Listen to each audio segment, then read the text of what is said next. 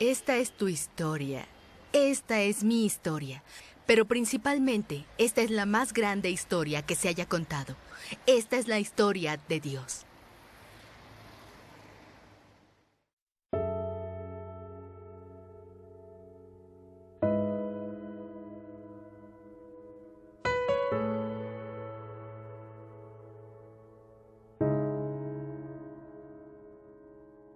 En el tiempo que los jueces gobernaban el país, hubo allí una época de hambre. Entonces un hombre de Belén de Judá emigró a la tierra de Moab junto con su esposa y sus 2 hijos. El hombre se llamaba Elimelec, su esposa se llamaba Noemí, y sus 2 hijos, Mahlón y Quilión. Todos ellos efrateos de Belén de Judá. Cuando llegaron a la tierra de Moab, se quedaron a vivir ahí. Pero murió Elimelec, esposo de Noemí, y ella se quedó sola con sus 2 hijos. Estos se casaron con mujeres moabitas, una llamada Orfa y la otra Ruth. Después de vivir allí unos 10 años, murieron también Mahlón y Quilión, y Noemí se quedó viuda y sin hijos. Noemí regresó de la tierra de Moab con sus 2 nueras, porque allí se enteró de que el Señor había acudido en ayuda de su pueblo al proveerle de alimento. Salió pues con sus 2 nueras del lugar donde había vivido y juntas emprendieron el camino que las llevaría hasta la tierra de Judá. Entonces Noemí les dijo a sus 2 nueras: escuchen, vuelva cada una a la casa de su madre. Pero Ruth respondió: no insistas en que te abandone o en que me separe de ti, porque iré a donde tú vayas y viviré donde tú vivas. Tu pueblo será mi pueblo, y tu Dios será mi Dios. Moriré donde tú mueras, y allí seré sepultada. Que me castigue el Señor con toda su severidad si me separa de ti algo que no sea la muerte. Al ver Noemí que Ruth estaba tan decidida a acompañarla, no le insistió más.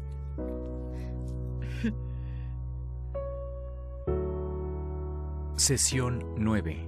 La fe de una mujer extranjera.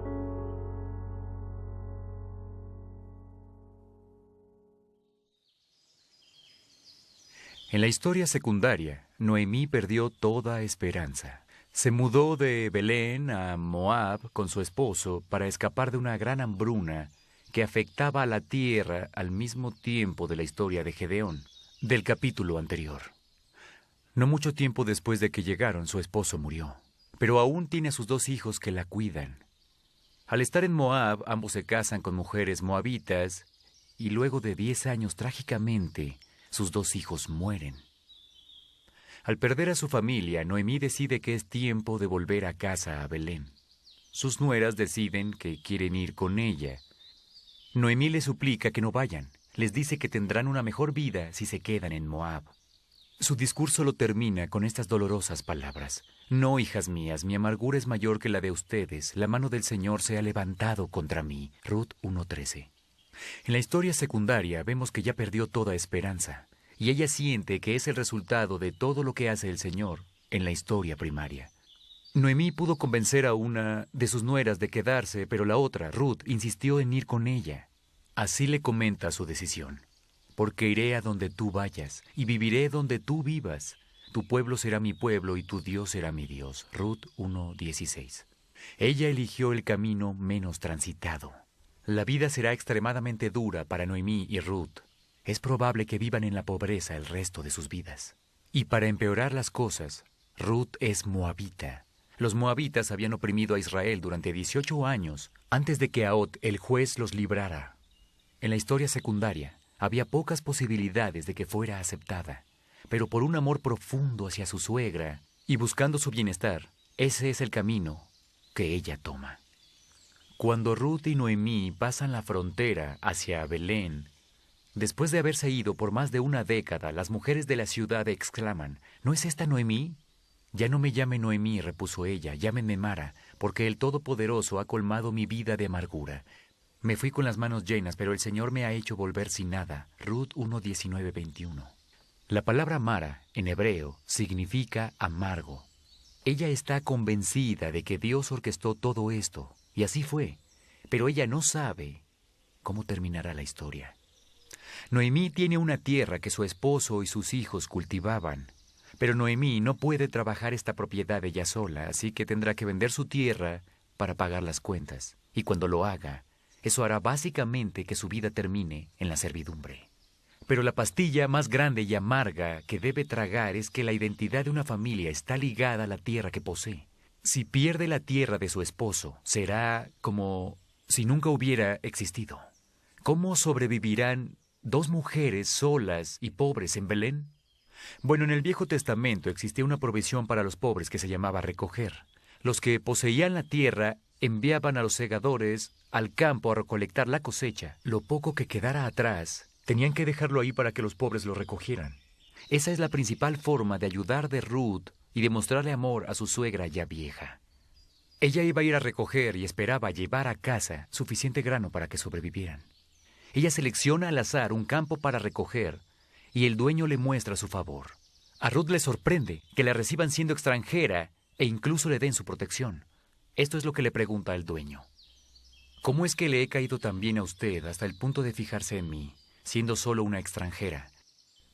Ya me han contado, le respondió Boz, todo lo que has hecho por tu suegra desde que murió tu esposo, cómo dejaste padre y madre y la tierra donde naciste y viniste a vivir con un pueblo que antes no conocías.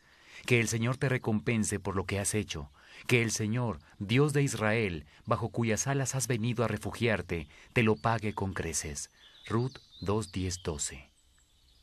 Ruth corre a casa con los brazos llenos de comida y emocionada comparte la historia con Noemí mientras cenan abundantemente. Noemí le pregunta cuál es el nombre del dueño y Ruth le contesta que se llama Boz. A Noemí casi le da un paro cardíaco. ¿Por qué? Porque Boz es un pariente cercano. ¿Por qué está tan emocionada por eso? Verás, hay un concepto que te enseñan en la ley. En Deuteronomio 25, para ser exactos, se declara que si un hombre muere sin heredero, su pariente más cercano tiene la opción de casarse con la viuda, amarla, cuidarla, pagar las deudas financieras y redimir la tierra. A ese hombre se le llama el pariente redentor. Cuando tiene un hijo, precisa cederle esa tierra al heredero en nombre del esposo fallecido para que su nombre siga vivo. Esencialmente, el pariente redentor se arriesga mucho y al final no aumenta sus ganancias ni un centavo. Noemí no había tenido tanta esperanza en mucho tiempo. Ella asume el papel de una casamentera judía como la que podemos ver en El violinista en el tejado. Le dice a Ruth que se dé una ducha, se aplique un poco de Chanel 5 y se ponga su vestido del Sabbat. Luego tenía que ir a la casa de Boz esa noche y hacer el papel de Cenicienta. Necesitaba esperar hasta que él terminara de comer. Nunca te acerques a un hombre con el estómago vacío. Cuando se hubiera dormido, ella tenía que entrar, descubrirle los pies y recostarse al pie de su cama. Boz entendería exactamente lo que Ruth hacía. Era una forma no verbal de pedirle matrimonio. Así que Ruth hace todo lo que Noemí le dice. Boz se despierta sorprendido y pregunta quién es, y ella contesta, soy Ruth, su sierva. Extienda sobre mí el borde de su manto, ya que usted es un pariente que me puede redimir. Ruth 3:9. La palabra para manto en hebreo es la misma palabra para ala. Cuando Ruth conoció a Boz, él se refirió al ala de Dios proveyéndole un refugio. Ruth ahora le estaba pidiendo a Boz que fuera el ala de Dios para ella. Y él acepta, ejerce su obligación y ellos se casan. No solo compró la tierra de viuda de Ruth, sino también la tierra de su hermano y la de su padre, arriesgando su propio patrimonio sin agregar ni un solo centavo a su tesoro personal, y los redimió a todos. ¿Qué hace que Boz aparte su atención de sus propias necesidades egoístas y quiera ayudar a una extranjera? Porque resulta que Boz, el que ahora es un hombre fuerte, adinerado y respetado en Belén, sabía lo que era ser un extranjero. Nos enteramos en otra parte de la historia de la Biblia que la madre de Boz es Rahab, la ramera. Rahab fue la prostituta cananea que escondió a los espías de Josué cuando inspeccionaban la tierra. Ella arriesgó su vida y como resultado fue adoptada en la familia de Israel. Boz sabía lo que era ser extranjero en un tiempo y tenía en el corazón el deseo de ayudar a alguien en la misma posición. Resulta ser que esa persona era Ruth. Ruth y Boz tuvieron un hijo varón. Ese pequeño aún no lo sabía, pero heredaría la tierra de su padre, Mahlón, a quien no conoció, y conservaría el nombre de esa familia por un acto de amabilidad de Boz. Las mujeres del pueblo le decían a Noemí: «Alabado sea el Señor, que no te ha dejado hoy sin un redentor». Ruth 4:14. En la historia secundaria, Noemí pensó que su vida había acabado, que Dios la había abandonado, pero ella se equivocaba. Noemí tomó a su nieto y lo acurrucó en su regazo. Las mujeres del pueblo esparcen el chisme. Noemí tiene un hijo. ¿Qué pasó con el nombre de Mara? ¿Amarga? No se le quedó. Volvió a ser llamada Noemí, que en hebreo significa hermosa. Y su vida se volvió hermosa también. Ahora tenía un hijo que trabajaba la tierra, lo que significaba que el nombre de su esposo, Elimelec, seguiría vivo. El nombre del pequeño era Obed, que significa trabajador. Parece un nombre aburrido, hasta que entiendes toda la historia. Aunque sea un cambio tan sorprendente, las buenas noticias no paran ahí. Hay más cosas en esta historia.